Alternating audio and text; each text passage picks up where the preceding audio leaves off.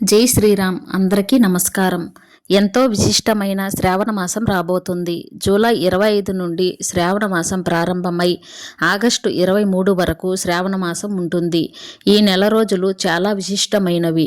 ఈ శ్రావణ మాసం నెల రోజులు లక్ష్మీదేవి భూమిపై తిరుగుతూ ఉంటుందట. మరి ఇంతటి శక్తివంతమైన శ్రావణ మాసంలో ఖచ్చితంగా పాటించాల్సిన కొన్ని నియమాల గురించి ఈ వీడియోలో పూర్తిగా తెలుసుకుందాం. ముందుగా ఈ వీడియోకి ఒక లైక్ కొట్టి మా ఛానల్ని సబ్స్క్రైబ్ చేసుకోండి. లైక్ కొట్టడం మాత్రం అస్సలు మర్చిపోకండి. అలాగే జై శ్రీరామ్ అని కామెంట్ చేయండి. జూలై 25 నుండి ఎంతో విశేషమైన గజలక్ష్మి యోగం ఏర్పడబోతోంది. అదే రోజున శ్రావణ మాసం ప్రారంభమవుతుంది. గజలక్ష్మి యోగంతో ఏర్పడుతున్న శ్రావణ మాసం చాలా చాలా శక్తివంతమైనది. శ్రావణ మాసంలో వచ్చే ప్రతి శుక్రవారానికి చాలా విశిష్టత ఉంటుంది.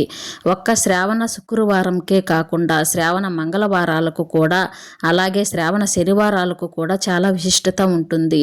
శ్రీనివాసుడి జన్మ నక్షత్రం శ్రవణ నక్షత్రం కాబట్టి శ్రావణ శనివారాల్లో వెంకటేశ్వర స్వామిని పూజించిన వారికి కోటి జన్మల పుణ్య ఫలితం లభిస్తుంది. ప్రతి శ్రావణ శనివారం నాడు తప్పనిసరిగా తులసి దళాలతో వెంకటేశ్వర స్వామిని పూజించి పూజ గదిలో 3 దీపాలు వెలిగించాలి. ఇక శ్రావణ మంగళవారాల్లో గౌరీదేవిని పూజిస్తే ఆడవారి సౌభాగ్యం వర్ధిల్లుతుంది. తన భర్త ఆయుస్సు పెరుగుతుంది. అలాగే తన భర్త ఆదాయం రెట్టింపు అవుతుంది. అలాగే పెళ్లి కాని అమ్మాయిలు మంగళగౌరి వ్రతాన్ని చేసుకుంటే మంచి మనసున్న అబ్బాయి భర్తగా వస్తాడు. ఈ శ్రావణ మాసంలో 5 శ్రావణ శుక్రవారాలు వచ్చాయి. అయితే 3వ శుక్రవారం నాడు వరలక్ష్మి వ్రతాన్ని చేసుకుంటారు. ఆగస్టు 8వ తేదీన వరలక్ష్మి వ్రతాన్ని జరుపుకోవాలని, ఈ రోజున వరలక్ష్మి వ్రతాన్ని చేయలేని వారు ఏదో ఒక శుక్రవారం నాడు వరలక్ష్మి వ్రతాన్ని చేసుకోండి. ఈ శ్రావణ మాసం నెల రోజులు మీ ఇంటి గడప పచ్చగా ఉండాలి. ప్రతినిత్యం గడపకు పసుపు రాసి కుంకుమ బొట్లు పెట్టుకోండి. వెంటనే మీ ఇంట్లోకి లక్ష్మీదేవి అడుగు పెడుతుంది. అదేవిధంగా ఇంటి గుమ్మానికి మామిడి తోరణాలు కట్టుకోండి. అలాగే మీ ఇంటి ప్రధాన ద్వారం పైన పసుపుతో స్వస్తిక్ గుర్తును వేయండి. స్వస్తిక్ గుర్తు దైవశక్తులను ఆకర్షిస్తుంది. కాబట్టి ఇంటి ముందు స్వస్తిక్ గుర్తు ఉంటే మీ ఇంట్లోకి చెడు శక్తులు ప్రవేశించకుండా మీ ఇంట్లోకి ముక్కోటి దేవతలు అడుగు పెడతారు. అలాగే ఈ శ్రావణ మాసం నెల రోజులు ఇంటి ముందు తప్పనిసరిగా ముగ్గు వేసుకోవాలి. గుమ్మం ముందు ముగ్గు లేకపోతే మీ ఇంట్లో ఉన్న లక్ష్మీదేవి బయటకు వెళ్ళిపోతుంది. ముఖ్యంగా ఈ శ్రావణ మాసం నెల రోజులు ఆహారం విషయంలో కొన్ని జాగ్రత్తలు తీసుకోవాలి. లక్ష్మీనారాయణులను పూజించే భక్తులు ఈ శ్రావణ మాసంలో ముల్లంగి దుంపను తినకూడదు. అదేవిధంగా వంకాయ తినకూడదు. ఇక ఈ శ్రావణ మాసం నెల రోజులు మాంసాహారం జోలికి వెళ్ళకూడదు. అలాగే మద్యానికి దూరంగా ఉండాలి, లేదంటే అశుభ ఫలితాలు కలుగుతాయి. అలాగే మీరు తీసుకునే ఆహారంలో ఉల్లిపాయ వెల్లుల్లి లేకుండా చూసుకోండి. బెండకాయని కూడా శ్రావణ మాసంలో తినకూడదు. ఈ శ్రావణ మాసంలో అమ్మవారిని పూజించే భక్తులు పాల పదార్థాలకు దూరంగా ఉండాలి. దీని వెనుక ఒక శాస్త్రీయ కారణం కూడా ఉంది. ఈ శ్రావణ మాసంలో వర్షాలు ఎక్కువగా పడతాయి కాబట్టి ఆకుకూరల్లో హానికరమైన బ్యాక్టీరియా ఏర్పడుతుంది.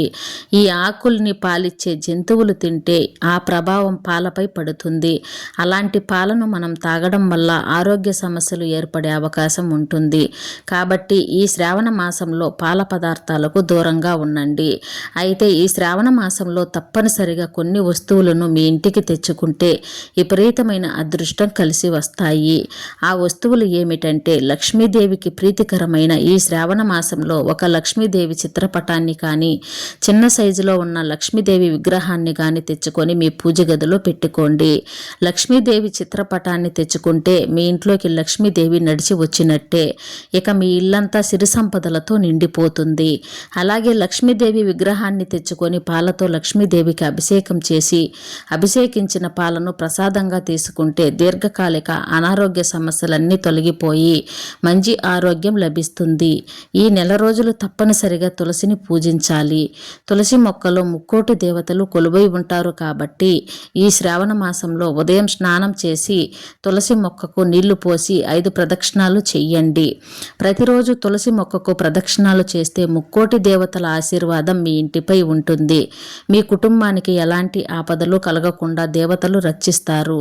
ఇక ప్రతి శ్రావణ శుక్రవారం తప్పనిసరిగా తులసి కోటలో నెయ్యి దీపం వెలిగించి తులసి మొక్కకు ధూపం వెయ్యండి. మీ ఇంటి ఆర్థిక పరిస్థితి మెరుగుపడి ధనపరంగా బాగా స్థిరపడతారు. ఇంట్లో తులసి మొక్క లేనివారు ఈ శ్రావణ మాసంలో తప్పకుండా ఒక తులసి మొక్కను తెచ్చుకోండి. ఇక మీ ఇల్లంతా దైవశక్తులతో నిండిపోతుంది. మనలో చాలామందికి ఎల్లప్పుడూ దురదృష్టం వెంటాడుతుంది. జీవితంలో అదృష్టం అనేదే ఉండదు. అలాంటి వారు ఈ శ్రావణ మాసంలో తప్పనిసరిగా ఒక నెమలి పింఛాన్ని తెచ్చుకొని మీ పూజ గదిలో పెట్టుకోండి. మీకు మీ కుటుంబానికి విపరీతమైన అదృష్టం కలిసి వచ్చి ప్రతి పనిలో విజయాలు సాధిస్తారు. మన కుటుంబంపై శివుని ఆశీర్వాదం ఉంటే జీవితంలో దేనికి కొరత ఏర్పడకుండా కుటుంబం అంతా సుఖ సంతోషాలతో జీవిస్తారు.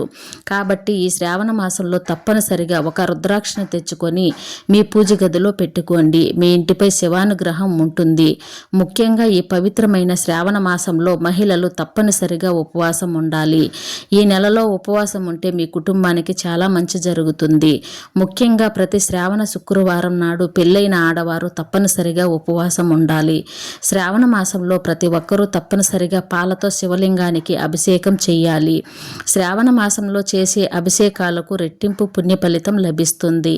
కాబట్టి ప్రతి శ్రావణ శుక్రవారం నాడు సోమవారం నాడు ఏదైనా శివాలయానికి వెళ్ళి పాలతో శివలింగానికి అభిషేకించండి. మీకు మీ కుటుంబానికి చాలా మంచి జరుగుతుంది. అలాగే ప్రతి శ్రావణ సోమవారం తప్పనిసరిగా ఓం నమశివాయ అనే మంత్రాన్ని 108 సార్లు చదవాలి. ప్రతి శ్రావణ సోమవారం ఈ మంత్రాన్ని చదివితే మీ ఇంట్లో ఉన్న సమస్యలన్నీ వెంటనే తొలగిపోయి మీ ఇంటిపై శివానుగ్రహం కలుగుతుంది. అదేవిధంగా ఈ శ్రావణ మాసం నెల రోజులు శరీరానికి నూనె రాసుకోకూడదు, లేదంటే ప్రతికూల ఫలితాలు ఎదుర్కోవలసి వస్తుంది. ముఖ్యంగా ఈ శ్రావణ మాసంలో పేదలకు నూనె దానం చేస్తే ఎన్నో శుభ ప్రయోజనాలు కలుగుతాయి. ఈ నెల రోజులు వీలైనంత ఎక్కువగా దేవుడిని పూజించండి. ఈ నెలలో చేసే దైవారాధనకు అఖండ రాజయోగం సిద్ధిస్తుంది. ఈ శ్రావణ మాసంలో తెల్లవారుజామునే నిద్ర లేచి ప్రతిరోజు సూర్యుడికి నమస్కారం చెయ్యాలి. తద్వారా జాతక దోషాలన్నీ తొలగిపోతాయి. అయితే ఈ శ్రావణ మాసంలో పొరపాటును కూడా ఆలస్యంగా నిద్ర లేవకూడదు. ఉదయం వేళ దైవశక్తి ఎక్కువగా ఉంటుంది కాబట్టి ఉదయాన్నే నిద్ర లేచి దేవుడిని పూజిస్తే మీ ఇంటిపై ఎల్లవేళలా దేవతల ఆశీర్వాదం ఉంటుంది. శ్రావణ మాసంలో ఇలాంటి చిన్న చిన్న నియమాలు పాటిస్తే ఈ సంవత్సరం అంతా మీ కుటుంబానికి మంచి జరుగుతుంది.